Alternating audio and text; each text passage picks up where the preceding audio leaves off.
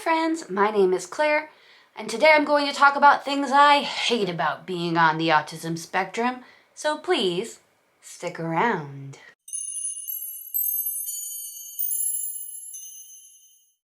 Hi friends, my name is Claire, and this is my channel, Woodshed Theory.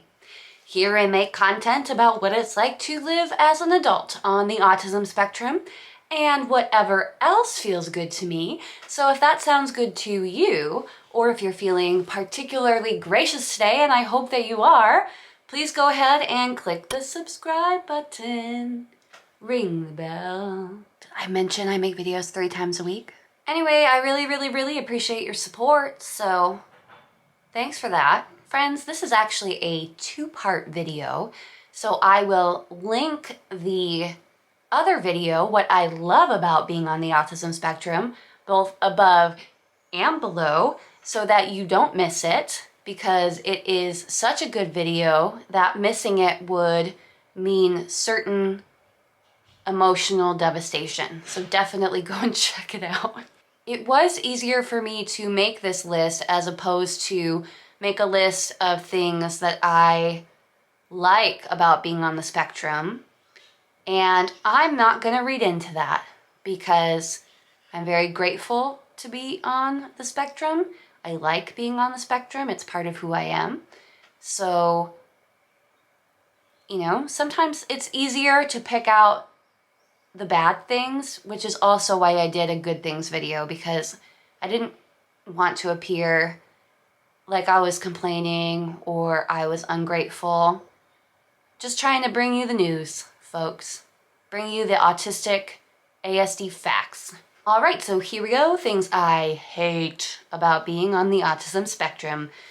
Number 1, because I take things so literally, sometimes and a lot of times things go over my head. I sometimes struggle to understand sarcasm, even though I love to use it myself. I just take things so literally, and that means that I take things at face value. So if somebody is using sarcasm as a joke, I am over here trying to correct them on their factual mistake, because of course somebody would want to know that they weren't correct about something, but really they were just joking. I also don't know if someone is possibly making fun of me, which can put me on edge. There have definitely been times throughout my life where I realized that people were making fun of me, and it's not a great feeling. Should they have been making fun of me? I don't know, but it definitely took me way too long to catch on. Number 2, I am easily manipulated. Side note, another YouTuber, Hardwired to Learn, Will, is another ASD YouTuber, and he made a great video about how to tell if you're being manipulated when you're on the spectrum, so I'll go ahead and link that down below. So as I mentioned, as an ASD person, I tend to take things at face value. It's just natural for me to trust people, and that includes anyone with nefarious intentions. I know that there are people out there that can take advantage of people like me, and I do try and surround myself with others who can help me catch that and help me kind of mitigate that in my life, but I'm not always able to catch everyone, and I have found myself being manipulated in the past, and I don't like it. So that's number 2. Number 3, I have this under hearing everything, but I think a better way to put it is I'm overstimulated very easily. I wish it were easier for me to be around others or around other activities without getting overstimulated or losing my focus and starting to dissociate. I have found that by taking notes or doodling, keeping my hands moving, and not keeping eye contact with who is speaking, that can really help me process what they are saying better. But in reality, it's not that socially acceptable to do things like that. So most of the time, listening and taking in information is really difficult for me, and it's a chore. So I really dislike that about being on the spectrum. Number 4, I wish I could manage relationships in a deeper way. This doesn't just apply to romantic relationships, also friendships. For me, people are very tricky. I don't know how I will react to them. I don't know how they will react to me. I tend to overthink relationships, get into my head about friendships, and I really wish that that could be different.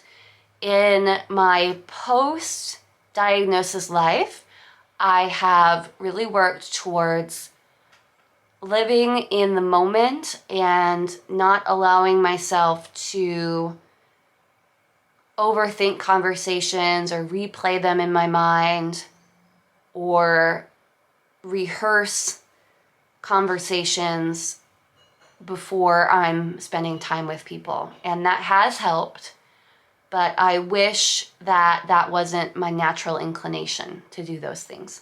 Number 5, I wish I spoke neurotypicalese better. Neurotypicalese. Yes, I wish I spoke neurotypicalese much better. Communicating my thoughts, feelings, plans, even to my partner and close friends, can be difficult for me.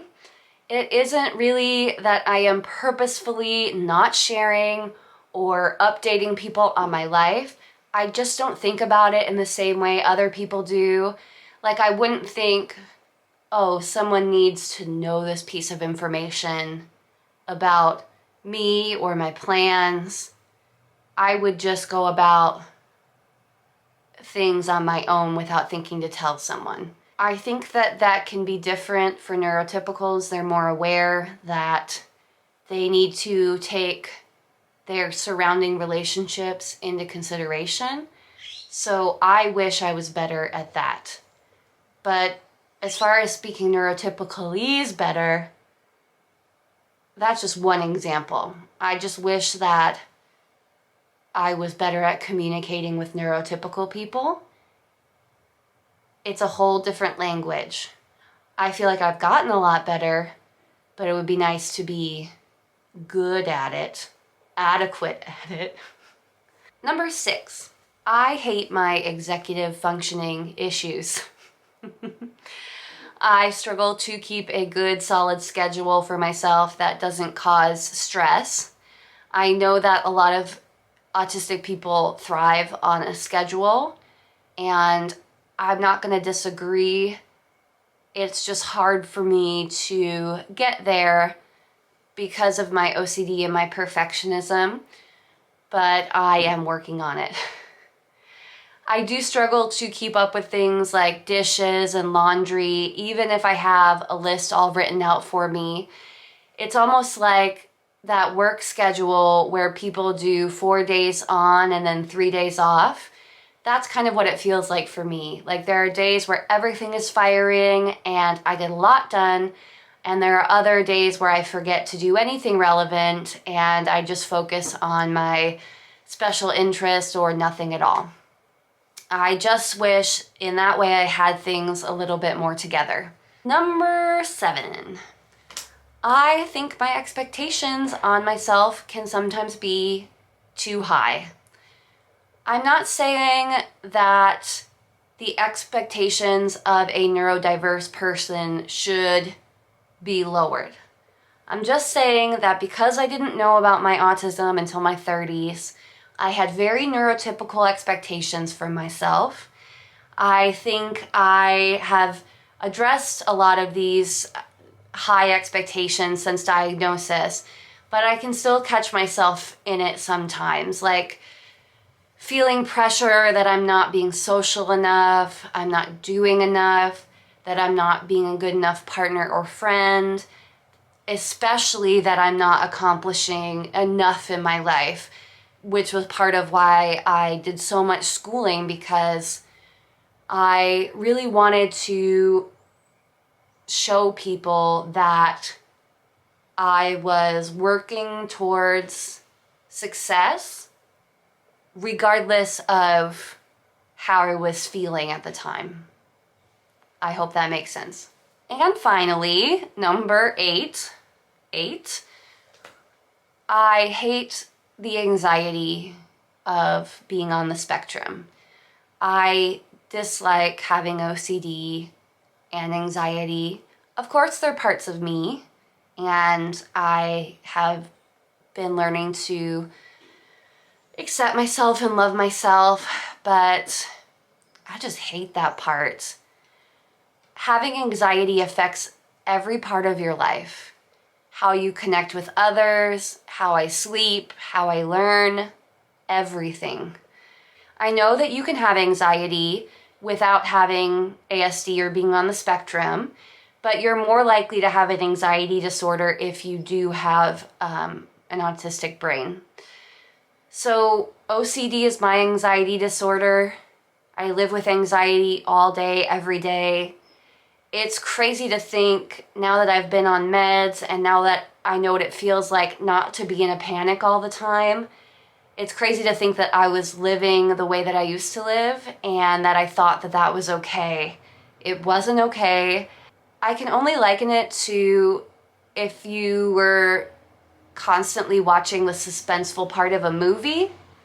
That was me all the time. Just asleep, awake, alone, in a group, having anxiety, and that just sucked. All right, guys, that is 8 things that I hate, dislike about being on the spectrum. What are some things that you dislike about being on the spectrum? I'd love it if you share it in the comments below. I will see you on Monday, and don't forget to like, comment, and subscribe. If you do, I will put you into the running to win nothing. I got nothing, but it would really mean a lot to me. So have a wonderful day, and I will see you on Monday.